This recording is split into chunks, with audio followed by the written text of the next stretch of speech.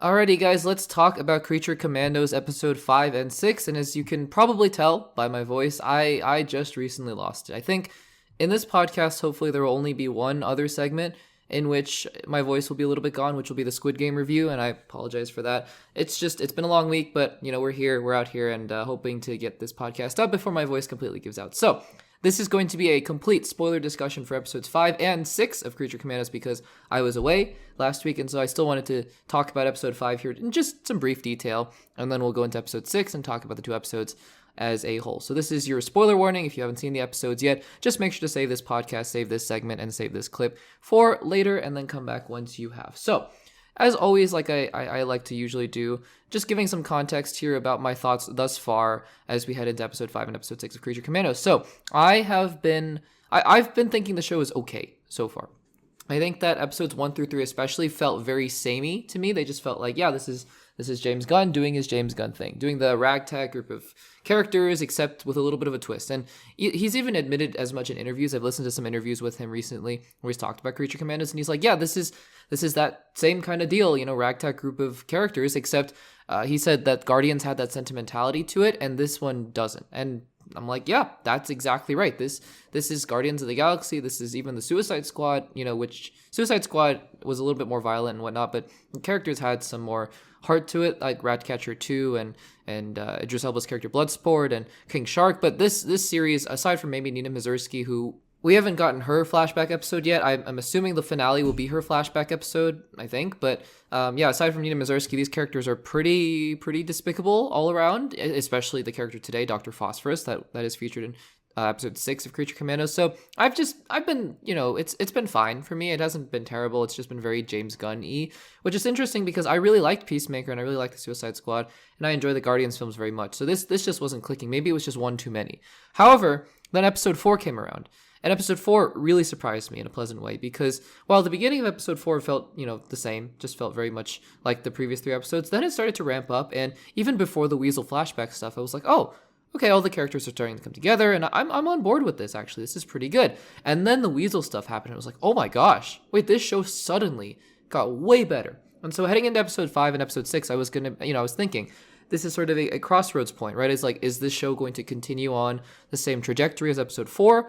Or is it going to continue to be pretty similar to episodes 1 through 3? And spoiler alert for my thoughts on these 2 episodes, it is pretty much continuing on with the same old tone, same kind of format and whatnot. And so I'm a little disappointed because episode 4 was so good in my opinion, but episodes 5 and 6 were not as good. So I'm going to run through episode 5 very quickly. I know that it came out a couple weeks ago by the time you're listening to this, but I just want to talk about my thoughts on it really quickly. Not going to go too in depth, and then we'll talk a little bit more in depth about episode 6. So episode 5 starts out here. And we have Rick Flag and Frankenstein spying on a school, which is, interesting. It's a little confusing.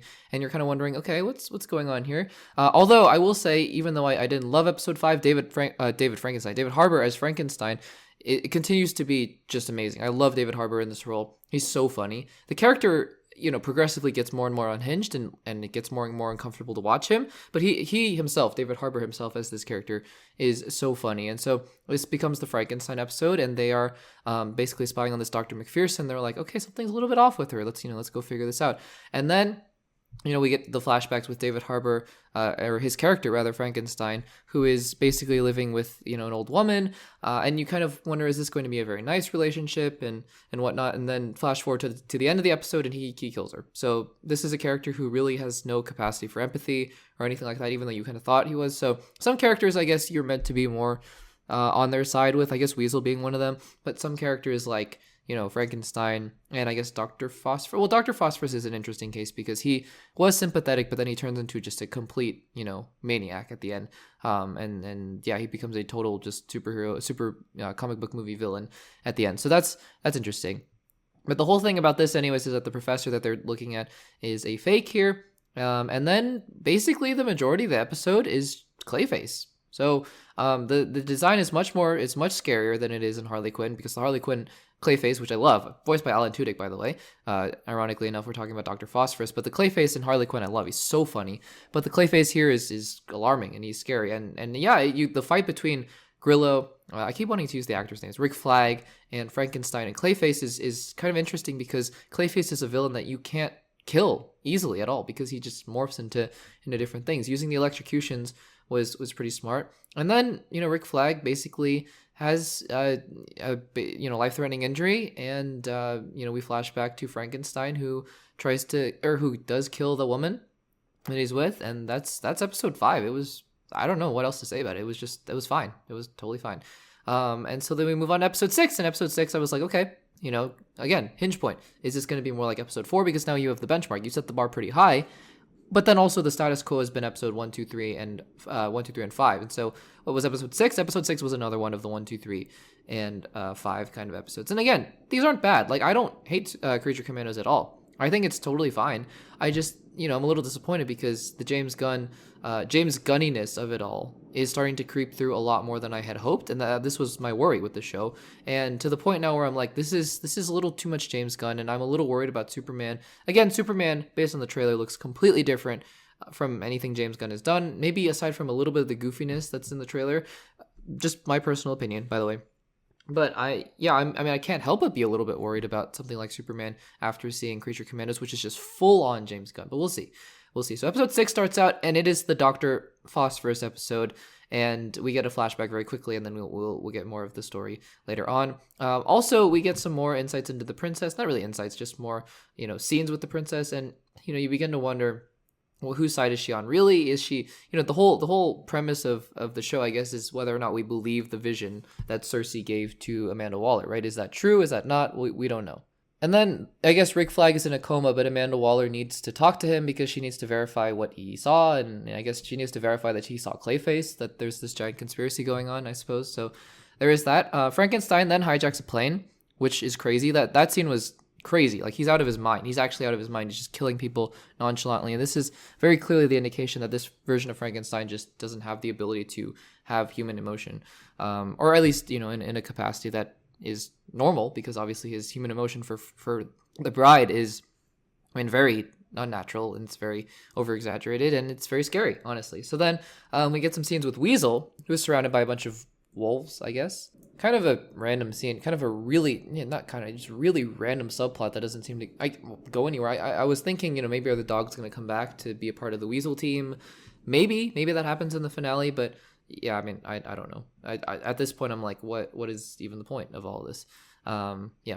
So anyways, we get some flashbacks now to Phosphorus, who's trying to cure cancer, which, again, very noble thing for him to do, but it looks like he took some wrong avenues, as often happens in these comic book properties here. And it's very brutal. It is very brutal. He goes insane because he sees his family dead in front of him, and they make him, get up and close and personal with it, which is just, it's crazy. We flash back to Weasel hanging out with wolves. Okay, great. And then we cut back to Phosphorus, and we get more of his backstory. And honestly, I feel like with Phosphorus's backstory, it just felt rushed. There's only so much you can do with 5 minutes of screen time. And sure, you can catch lightning in a bottle with something like the Weasel episode, but just to try to do it over and over again, it didn't quite work this time for me. It just felt very, very rushed. Transformation, though, is pretty gruesome. It is very gruesome. We cut back to the bride and Nina Mazursky hiding out at a club, and there's a metahuman with electricity powers. Just a lot of kind of random things here. I guess the bride and Nina starting to bond a little bit more. Also, the bride pulls out the guy's heart, which is just gruesome.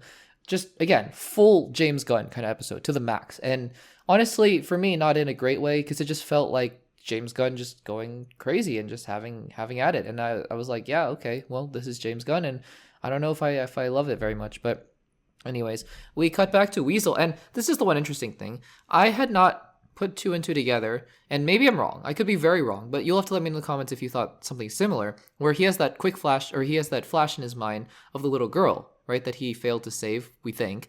But then it flashes to the princess, and I didn't realize, oh, wait, is that the same character? And so now I'm wondering, is there some connection between Weasel and the princess? Although you would have thought that the princess would have said something about Weasel, so I don't know. Maybe it's just some manipulation to get Weasel to go to the castle or whatever, but honestly, not sure. We get some scenes here, flashbacks, where Phosphorus is just going insane. Again, there's a dance sequence, very James Gunn. And also Batman shows up for 5 seconds, which, okay, hi Batman. We don't really see anything, just his silhouette, which is fine. There's Batman. He exists in this universe. It's kind of like Suicide Squad in a weird way, the original 2016 one, where it's like Batman shows up and he's like, yep, I'm here. I'm hanging out. I'm here, which is great. and the Creature Commandos are heading towards the castle in Pokolistan, and that's it. That's episode 6. So guys, I'm just, I'm along for the ride, but kind of begrudgingly, because at the end of the day, I think that these episodes are fine. I think that other than episode 4, none of the episodes have really stood out to me. And so at the end, if the show wraps up in a way that's very similar to the previous episodes aside from episode 4, then I'm gonna say Creature Commandos is fine. It doesn't really indicate anything to me about the DCU in general, because this feels more like a bridge series, and it feels more like a James Gunn project really than a DCU project. So honestly, I'm not too concerned either way, whether Creature Commandos, the finale sucks or the finale is amazing. I'm not going to really read too much into it, other than just to say, yeah, the DCU is launched, and here we are. So guys, let me know what you thought about episodes 5 and 6. Did you like them? Did you not like them? Are you looking forward to the finale? Let me know in the comments down below.